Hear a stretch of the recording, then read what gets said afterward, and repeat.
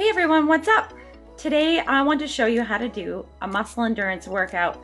Now endurance workouts are literally one of my favorite ways to work out, primarily because they're so efficient and quick, and I rarely have time to spend a lot of time working out. So when you're looking for a muscle endurance workout, what you're looking for a workout that's going to take, you're going to go in the 12 to 15 rep range, and you're going to do 3 to 4 sets. And remember, because you are doing muscle endurance, you're going to want to pick a moderate weight, something that's going to vary from that heavy bodybuilding program if you've done that previously, something you can do for 12 to 15 reps and still get a nice burn. And so some of the reasons why I love endurance workouts is, like I mentioned before, they can be done in such a short amount of time frame. So when you're pressed for time and you want to feel the burn, they're great to do. The other thing as well is, if you've been doing a certain type of program, like a bodybuilding program, you can throw in muscle endurance programs on occasion, and they're going to be really, really good for helping to switch it up, shock the system a little bit. It's good to shock those muscles. You get sore all over again. And it'll allow to prevent plateau, because the reality is when you do the same workout day in and day out and we don't change the program, we will stall. We're not going to see the results that we want to see.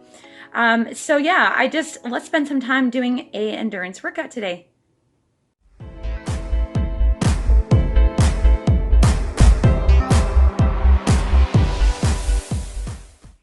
Let's start with the leg extension machine. It's going to work the largest muscle group of the body, the quads.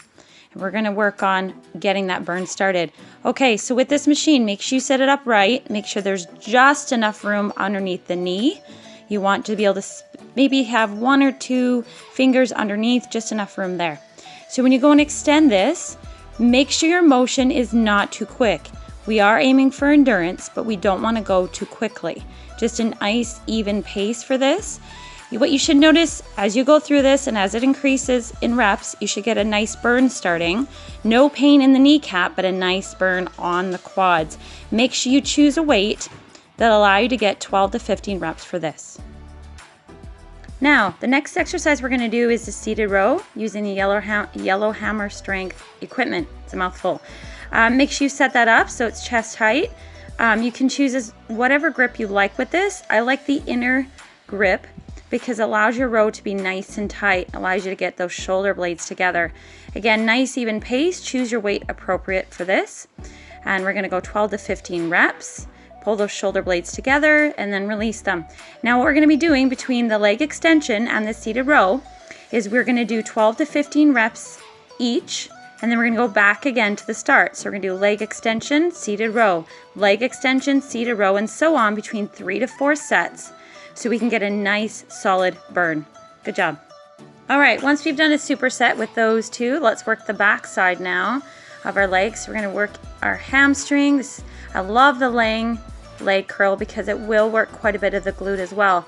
So when you lay down on this, just make sure your kneecaps are off that bench and you've got enough room that when you curl, that rolling pad is not going to roll up too close to your ankles. Again, slow and steady, 12 to 15 reps. Choose the weight carefully.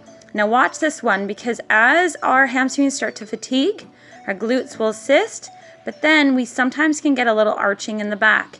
Just do your best to control that movement so that you can minimize that arching and protect your lower back. We don't want that lower back engaging on this exercise. Next, we're going to superset the lying leg curl with the chest fly or chest pec machine, as they call this. You want to adjust this according so that you can decide how far back you want that extension in those arms. And then you're also looking for a 90-degree angle. You just want to make sure that your seat is set up properly to get that 90-degree angle. So as you sit on here, you're going to get yourself set up. And again, choose your weight wisely. Now I want you to notice my hand grips.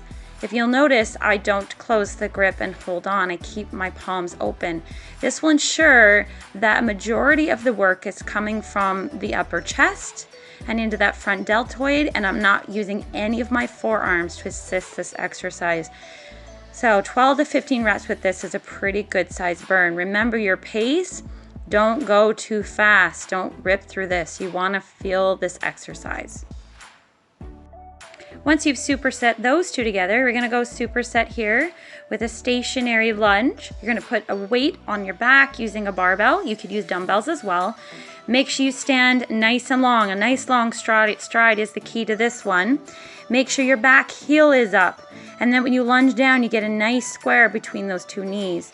That front knee should not surpass your toe, and you wanna keep your weight evenly divided between the two legs. Keep your chest up so the weight doesn't dip down. Again, 12 to 15 reps per leg is decent. You might find you're gonna do one leg and then go back to the other, depending on how fatigued you get. This also will focus a lot on balance. You can see me shifting every so often just to kind of watch my balance. Okay, so we're gonna go right into supersetting this with working those triceps. We're gonna do a tricep extension or kickback. So this is really important for posture. Tighten your core, chest is gonna be up, roll back those arms, slight bend in the knees. You're gonna stick your glute out, you're gonna lock your elbows up to your sides, and you're gonna extend from there. So there shouldn't be a whole lot of swinging motion with this. You might see a little bit of movement, but your goal is to keep them locked to your side and extend through the elbow and get that tricep extension. You can see them activate there. Again, core is tight. Do not hunch your spine on this. Neutral spine is very, very important. If you're struggling with this, maybe you put a knee on a bench and do one tricep at a time. The next machine we're going to use is the assisted squat machine. It has a couple of different names. I love this one. This is really going to work the quads, but specifically, if done right, this is also going to work those glutes. You want to line your feet up to be slightly wider than your shoulders, and when you squat down, you want to get deep, stick that glute out, and squeeze on the return. Go down, squeeze up. Make sure these are nice and controlled. This is the type of exercise that I would not speed through. You want to come down. You want to feel the weight come through the base of the feet, but primarily in the heels. Keep the weight off the front of those knees. Weight should come back over the glutes and then come up.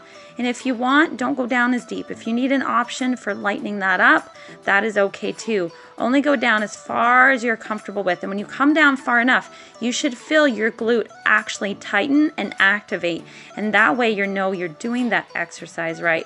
I love this one. This is probably one of my favorites, and I always get a really, really good burn done with this one. Okay, so let's superset the squat with the T bicep curl, the T-bar bicep curl you can call it. I actually like to call this exercise the clavicle curl, and I'll explain this in a minute. So you're gonna set up these pulleys so they're slightly above the height of your shoulder, and then once you've got a little bit of pull, you wanna step back, keep your arms up right in line with your shoulders, try not to let them dip, and then you're gonna curl in. And I call this the clavicle curl because if you'll notice, I bring my palms in to the point where I could actually touch my clavicle bone with my thumb. I know by doing that, that'll help to remind you to keep your positioning, not to curl in, not to change your wrist position, just to keep your palms up and then bring them down again. Kind of keep that in line. It's really important to get a nice, clean curl with this exercise. Nice and slow and controlled. Again, especially with the bicep because it burns out quickly. You want to choose that weight wisely because it will burn out if done right, especially when you're isolating it so well like this. So again, you can throw an endurance workout anytime, especially when you're between programs, preparing to switch it up. And remember, the whole goal of muscle endurance program, it's going to provide muscle definition.